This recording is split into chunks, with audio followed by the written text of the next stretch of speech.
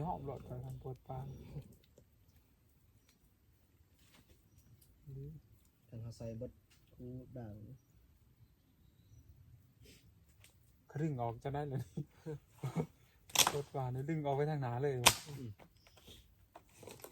ตัวเรามันขับถอยหลังเลยหมวกขาดนะ เป็นเลย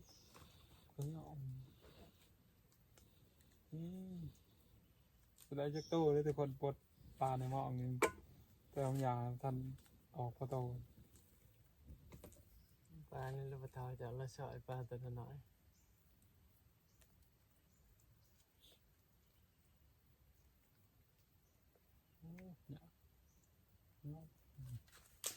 ได้เลยตัวหนึ่งคนปวดกำลังได้